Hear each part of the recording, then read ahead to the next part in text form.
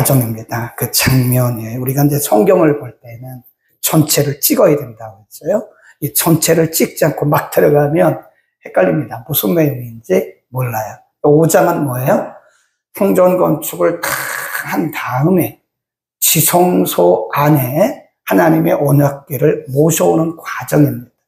1절 보면 그 동그라미 하나 되어 있잖아요. 이걸 뭐라 그러냐면 독립절입니다. 요거는 언약궤를 모셔오는 것과는 상관이 없어요. 독립절 써놓으세요. 1절 동그라미 하나 있잖아요. 이걸 독립절. 솔로몬이 여호와의 전을 위하여 만드는 모든 것을 마친지라. 이에 그 부친 다윗이 드린 은과 금과 모든 기구를 가져다가 하나님의 전 곳간에 두었다. 그러니까 이것은 전체를 요약한 겁니다. 그리고 실질적으로 하나님의 언약궤를 모셔온 것은 2절부터 10절까지다. 그렇게 보시면 돼요. 2절 이에 솔로몬이 여호와의 언약궤, 거기다 줄 봅시다. 여호와의 언약궤 이렇게 써놓으시고요. 줄 그어놓으시고 다윗성 시온에서 메어 올리고자 하여. 이제 그때까지는 하나님의 언약궤가 어디 있었냐면 다윗성에 모셨다고 줄 그어놓으시고요. 역대상 16장 1절 그렇게 써놓으세요. 우리가 역대상을 집에서 참고로 읽어보세요. 15장, 16장. 물론 이제 13장에 보면 다윗이 하나님의 언약궤를 모셔오다가 실수를 했죠. 그렇죠? 원래 언약궤는 제사장들이 매야 되는데 너무 급히 하다 보니까 그것을 오늘날로 말하면 마차에 싣고 오는 거예요. 그거는 아니거든요. 그래서 거기서 큰 사건이 일어나잖아요. 그리고 이후에 다시 이제 15장에 보면 원래 법대로 언약궤를 제사장들이 메고 모셔오고 16장 1절에 보면 그 언약궤를 다윗성에 안치를 해요. 그때까지는 성전이 없었으니까 임시에 그냥 이렇게 한 구석에 이렇게 모셔 있는 거예요. 그 언약궤를 모셔오는 겁니다. 이해하시겠죠? 거기다가 역대상 16장 1절이라고 써놓고요. 다윗성에서 모셔오는 겁니다. 다윗성 고 시온에서 메어 올리고자 하여 이스라엘 장로들과 모든 지파의 부모 곧 이스라엘의 자손이 족장들을 다 예루살렘으로 소집하니 3절 시작. 7월 절기에 이스라엘 모든 사람이 다 왕에게로 모이고 이스라엘 장로들이 다 이름에 레위 사람이 궤를 매니라. 레위 사람이 궤를 메어와요. 그런데 우리가 성경을 이렇게 보다가 제가 조금 크게 읽은 부분이 있어요. 그런 부분을 발견하지 못하면 하나님의 의도를 놓쳐버리는 거예요. 지금 이스라엘 백성들이 솔로몬이 아름답게 지은 이 성전 안에 이 언약궤가 없으면 아무것도 아닙니다. 아무리 성전이 아름다워도 그 안에 언약궤가 없으면 그건 아무것도 아니에요. 그러니까 지금 솔로몬이 다 지은 다음에 언약궤를 모셔오는 이 과정 속에서 어떻게 했나, 그걸 잘 보셔야 돼요. 한번 보세요. 제가 크게 읽은 그 부분을 여러분은 발견했어야 됩니다. 다시 읽을게요. 2절 이에 솔로몬이 여호와의 언약궤를 다윗성 시온에서 메어 올리고자 하여 이스라엘 장로들과 모든 지파와 부모 곧 이스라엘 자손의 족장들을 다 예루살렘으로 소집하니 7월 절기에 이스라엘 모든 사람이 다 왕에게로 모이고 이스라엘 장로들이 다 이름에 레위 사람이 궤를 매니라. 뭐죠? 네. 눈치채셨어요? 뭡니까? 다요, 다. 거기다 동그라미 쳐놓으세요. 다. 이게 굉장히 중요합니다. 왜 중요하냐? 2절에서 끝부분에 다, 3절에서 모든 사람이 다, 4절에서 이스라엘 장로들이 다 이름에 레위 사람이 궤를 매니라. 그리고 뒤에 가면 다라는 말이 또 한 번 나와요. 이 부분이 뭐냐? 지금 이제 우리가 이런 부분들을 보시고요, 적용을 해야 됩니다. 우리가 딱 발견했으면 그 부분에 하나님의 의도라고 써놓으시고, 그 부분을 우리가 적용을 해요. 적용하지 않는 것은 능력이 안 나타나요. 말씀은 우리가 적용을 할 때 그 말씀의 능력이 나타납니다. 뭘까요? 네 번 나오고 뒤에 또 한 번 나오고 그러니까 뒤에 보면 11절에서는 이스라엘 백성들이 언약궤를 모셔온 다음에 함께 찬양하는 모습인데 거기에 다 가더라고요. 그 다음에 2절부터 10절 가운 그 내용은 뭐죠? 언약궤를 모셔오는 과정인데 거기에 다가 들어가요. 뭐죠? 한 마음, 한 뜻, 하나 되었다. 그런 거예요. 하나님의 거룩한 일은요, 우리가 한 마음이 돼야 됩니다. 한 마음. 반드시 한 마음. 그래서 우리가 에베소서에도 보면요, 성령이 하나 되게 하신 것을 뭐예요? 힘써 지켜라. 너희가 한 마음과 한 뜻을 품어 그런 뜻을 합니다. 한 마음 한 뜻 하나가 되라. 성령이 하나 되게 하신 것 이런 표현이 많아요. 하나 이게 다예요. 다. 여러분 하나님의 거룩한 일에는요 하나가 되어야 됩니다. 단일 대우를 이루어야 돼요. 단일 대우. 우리가 예를 들어서 이 성막을 성전을 다 만들어 놓고 성전 안에 언약궤를 모셔오는데 솔로몬이 이렇게 말했어요. 리더가 왕이 이렇게 말했어요. 여러분 우리가 성전을 아름답게 잘 만들었으니 이제 우리가 하나님의 언약궤 저 시온산에 있는 하나님의 언약궤를 모셔옵시다 라고 말했어요. 그러면 백성들이 뭐라 그랬죠? 아멘 그래야 될 거 아니에요. 근데 이쪽에서 어떤 사람들은 안 됩니다. 아직 때가 아닙니다. 또 이쪽에서 말하기를 좋습니다. 어떤 사람 말하기를 아닙니다. 이렇게 말을 한다면 못해요. 못합니다. 그래서 그때 틈을 타는 게 사탄이에요. 사탄은 하나님의 교회 공동체에서 하나 되는 것을 파괴합니다. 하나 되는 것을 자꾸 깨뜨려요. 몇 번 나와요? 5번. 이게 바로 하나님의 의도예요. 하나님께서 이 부분을 언약궤를 모셔오는 과정에서 우리에게 가르치시려고 한 것이 뭐냐? 교회는 하나님의 공동체는 하나가 되라 라고 하는 것을 의미하는 것입니다. 네. 그래서 교회 공동체는요 리더를 중심으로 해서 일단 하나가 돼야 됩니다. 그거를 뭐라 그래요? 단일대오라 그럽니다. 여러분 우리가 가정을 봐도요 부부의 마음이 하나가 안 돼요. 남편이 이것을 하려고 하는데 아내가 반대를 해요. 아내가 이걸 하려고 하면 남편이 또 막 반대를 해요. 부모님이 하려고 하면 자녀들이 반대해요. 그러면 그 가정은요 완전히 아수라장이 됩니다. 아수라장. 네. 물론 반대할 때도 있겠죠. 그러나 일반적으로 볼 때 부부는 한 마음이 돼야 되고 부모와 자녀는 하나가 돼야 돼요. 그리고 형제들 간에도 하나가 돼야 되는 거예요. 가정에서도 단일 대우가 안 되면 안 돼요. 반드시 가정은 단일 대우를 이루어야 돼요.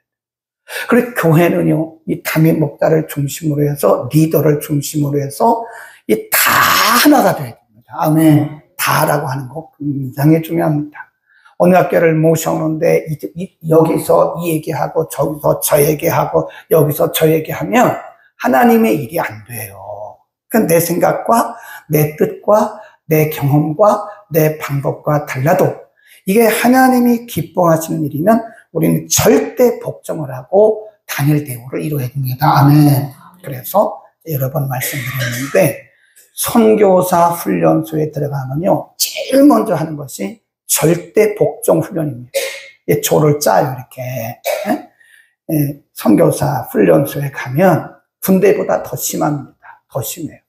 군대는요 그 복종 절대 복종입니다. 계급사기 때문에. 옛날 같으면 상사의 말에 복종하자면 바로 영창을 가요. 옛날 그랬어요. 근데 요즘의 군대는 이거 군대도 아닙니다. 이 계급이 다 무너졌어요. 그래 이제 선교사들이 훈련소에 들어가면요 제일 먼저 하는 것이 성경 이런 거 아닙니다. 성경 아무리 외워도요 절대 복종 못하면 그건 의미가 없습니다. 뭐 신학을 아무리 공부해도 절대 복종하지 않으면 그건 의미가 없는 거예요. 그러니까 선교사가 앞으로 나가서 선교 사역을 하는데 제일 중요한 것이 뭐냐면 하나님 앞에 절대 복종, 그리고 공동체 안에서 리더십에게 절대 복종, 이거 하는 거예요. 이거 안 하면 탈락입니다. 그러니까 선교사 훈련소에 가면 제일 먼저 하는 게 뭐예요? 절대 복종. 그러니까 조장이, 오늘날로 말하면 구역장이 한마디 하면 구역원들은 절대 복종해야 되는 거예요. 아이, 구역장님 왜 이러냐고. 그러면 그 구역은요, 이건 완전히 오합지졸이 되고 사탄의 공격이 되죠. 그래서 우리는 이 이 부분이 굉장히 중요합니다. 하나님이 기뻐하시는 아름다운 성전을 건축하고 성전 건축이 끝이 아니에요. 언약궤가 오지 않으면 그것은 의미가 없습니다. 그러니까 언약궤를 모셔오는 과정에 하나님이 기뻐하신 이 거룩한 일에 모든 백성들이 다 나가겠다는 거예요. 그러니까 그 일이 아주 신속하게 됐던 겁니다. 아멘. 우리는 단일 대우를 이뤄야 됩니다. 강단에서 목사님이 한마디 하시면 뭐 해야 돼요? 그냥 따라와야 되는 거예요. 어떤 사람은 이 말하고 어떤 사람은 이 말하면 이 교회는 어떤 교회든지 그 교회는요, 성장할 수도 없고 성숙할 수도 없습니다. 우리 이제부터는 모든 교회들이 리더십을 중심으로 해서 단일 대우를 이루자. 아멘. 그 다음, 이 언약궤를 모셔오고 나서 11절부터 14절에 보면요, 얼마나 큰 잔치가 벌어지는지 몰라요.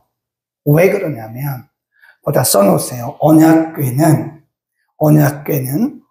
하나님의 임재를 상징하는 것이고, 언약궤는 하나님의 영광이다. 이렇게 써놓으세요. 언약궤를 모셔오는데 왜 이렇게 큰 잔치를 벌이고 대단합니다. 그 왜 그러냐?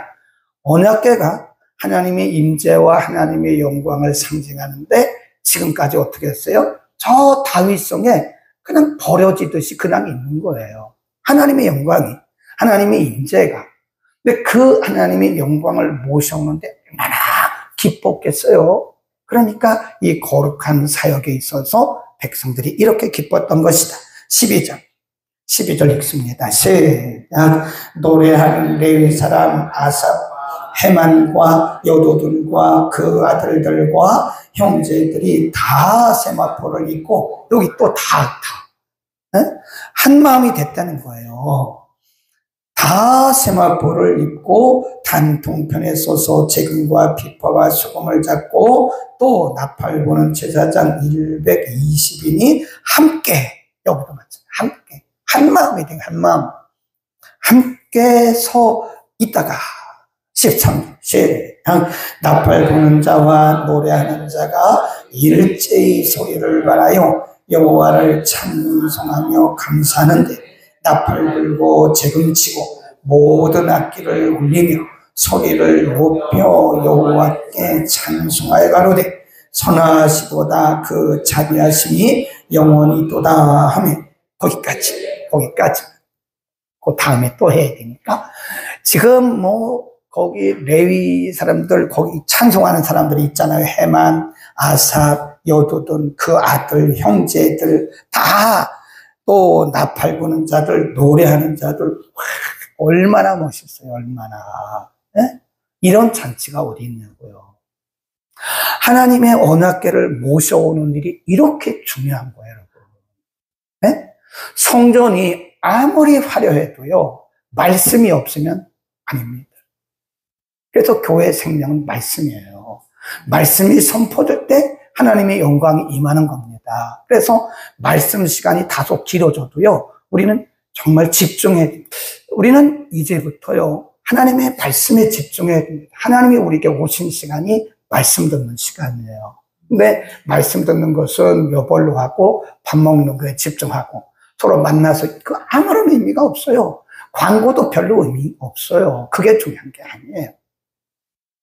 지금 하나님의 언약궤를 모셔오는데 백성들이 기뻐하고 악기를 나누고 소리를 치고 찬송을 하는 것은 그 자체가 의미 있는 게 아니에요. 뭐가 의미 있는 거예요? 하나님의 언약궤. 하나님의 언약궤는 우리가 성막에 보면 성소, 지성소가 있는데 지성소의 시은소 안에 그거를 모셔둬요. 가장 중요한 부분에 그걸 모셨던 거예요. 그래서 교회의 가장 중요한 것이 뭐냐면 하나님의 임재입니다. 그리고 하나님의 말씀이에요. 어제 아침 말씀드렸잖아요. 우리 개신교는 누가 별일을 다 해도 말씀이 없으면 아니에요. 그래서 여러분 나중에 지금 말고 나중에 멀리 이사 갔어요. 여기까지 오실 수는 없잖아요. 그렇죠? 우리 사랑교회가 말씀이 아무리 좋아도 어떻게 여기까지 매번 오겠어요. 그러면 주변의 교회를 이렇게 결정해야 되잖아요. 교회를 결정하는 1번이 뭐냐? 말씀을 들어봐야 돼요. 말씀. 그 교회 담임 목회자의 말씀이 정말 성경적이냐, 복음적이냐, 이걸 봐야 되는 거예요. 이걸 안 보고, 아유, 교회 건물 멋있다. 여기는 대한예수교 장로의 합동치기래. 그런 거 의미 없습니다. 2단만 아니면 돼요. 2단만 아니면 됩니다. 교단, 교파, 그게 중요한 게 아니에요. 정말 담임 목회자가 하나님의 말씀을 정말 복음적으로, 그리고 말씀으로 전하느냐, 굉장히 중요합니다. 본문 읽어놓고 다른 얘기 아무리 은혜롭게 해도 그건 설교가 아니에요. 그건 스피치예요, 스피치. 그래서 우리는 항상 본문 정식으로 가잖아요. 본문 읽고 또 얘기하고 본문 읽고 이렇게. 그래서 이게 얼마나 중요한지 몰라요. 교회는 말씀이 제일입니다. 아멘. 그래서 여러분이 혹시 교회를 정하게 되면 건물 보고 가지 마세요. 교단 보고 가지 마세요. 목사님이 젊으냐 나이 들었냐 그것도 중요한 게 아닙니다. 중요한 것은 내 영혼이 살아야 되기 때문에 그 교회 담임 목회자의 말씀을 이 강단에서 복음이 흘러나오느냐, 이 강단에서 하나님의 말씀이 본문 중심으로 오느냐, 아니면 그냥 간증이나 하고 어떤 교회 보니까요, 교회 나가는 어떤 분이 예배 끝나고 나면 다시 우리 교회 예배를 드린대요. 다시. 왜 그래요? 그랬더니 그 교회는 목사님이 20분 딱 설교한대요. 어떤 데는 18분 한대요. 주일 오전 예배. 너무 안타깝대요. 근데 그 중에 20분 중에 한 16분은 정치 얘기야, 정치. 여당이 어떻고, 야당이 어떻고, 이런 얘기, 본문에 없는 얘기를 그렇게 하는 거예요. 16분 정도를.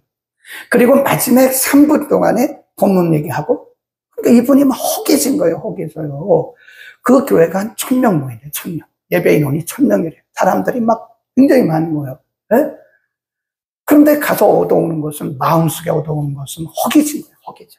그러니까 우리 11시 예배, 이걸 오신 언약궤를 모셔오는 것이다.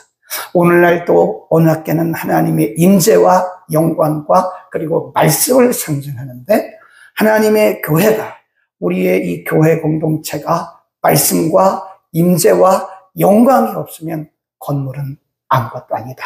시스템도 아무것도 아닙니다. 자, 마지막 그렇게 해서 이제 언약궤를 모셔옵니다.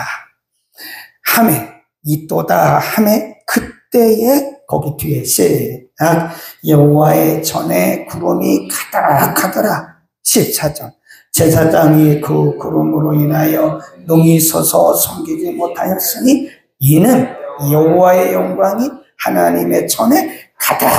거기 제일 중요한 게 이거예요.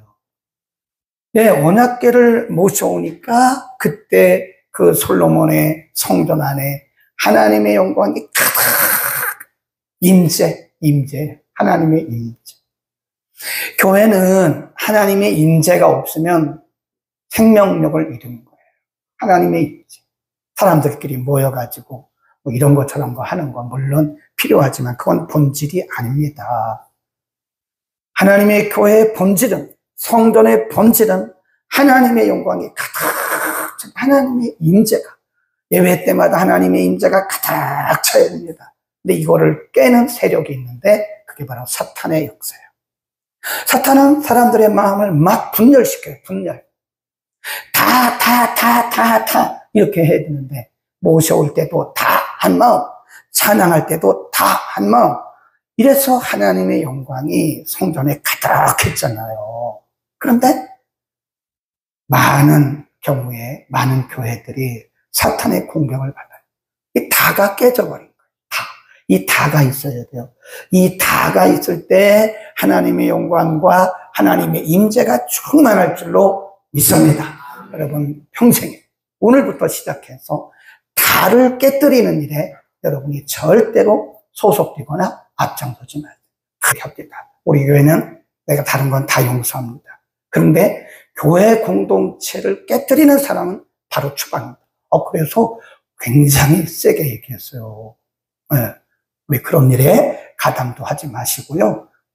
그런 사람이 있으면 밥도 같이 먹지 마세요. 우리 아버지, 오늘 솔로몬이 아름다운 성전을 건축하고 하나님의 언약궤를 모셔오는 과정을 우리가 상고했고, 하나님의 언약궤를 모셔다가 성전 안에 안치한 이후에 하나님을 찬양하는 과정도 우리가 함께 상고를 했습니다. 오늘 본문에서 우리에게 가르쳐 주신 것이 다 하나가 되었다고 하는, 모든 백성들이 솔로몬을 중심으로 해서 다 하나가 됐다고 하는, 온 백성들이 다 하나가 되어 언약궤도 모셔오고 온 백성들이 하나가 되어 언약궤를 모셔온 이후에 찬송하는 모습을, 예배드리는 모습을 함께 공부했습니다. 하나님, 우리가 평생에 모든 지상의 교회들이 성령의 하나 되게 하신 것을 힘써 지켜 하나님 아름다운 열매들을 맺게 하시옵소서. 가정도 가장을 중심으로 해서 단일 대우를 이루게 하옵소서. 하나님의 언약궤가 들어왔을 때 드디어 하나님의 영광과 임재가 충만했던 것처럼 지상에 있는 모든 교회들마다 하나님의 말씀이 풍성하게 하시고 하나님의 영광과 임재가 넘쳐나게 하옵소서. 하나님, 우리 가운데 한 사람이라도 공동체 하나됨을 깨뜨리는 일에 주동하거나 또 가담하지 않도록 우리 모두가 다 거룩한 성령의 도구가 되게 하여 주옵소서. 예수 그리스도의 이름으로 기도드립니다.